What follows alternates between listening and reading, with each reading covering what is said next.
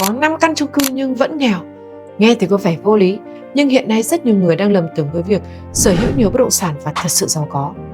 Có người mua một lúc 3 đến 5 căn hộ, nhưng mỗi tháng phải trả một đống lãi bên ngân hàng, áp lực về dòng tiền, đêm không ngủ yên vì đến kỳ trả nợ, chỉ cần thị trường hơi chững là bắt đầu bán tháo. Trong khi đó có người chỉ sở hữu một căn nhà, không vay nợ, họ có tiền mặt, có doanh nghiệp tạo ra dòng tiền hàng tháng, sống thoải mái, không áp lực. Nhiều người nhầm tưởng rằng càng nhiều bất động sản là càng giàu. Không phải như vậy, nhiều tài sản chưa chắc đã giàu, thậm chí còn mang thêm nhiều khoản nợ hơn nữa.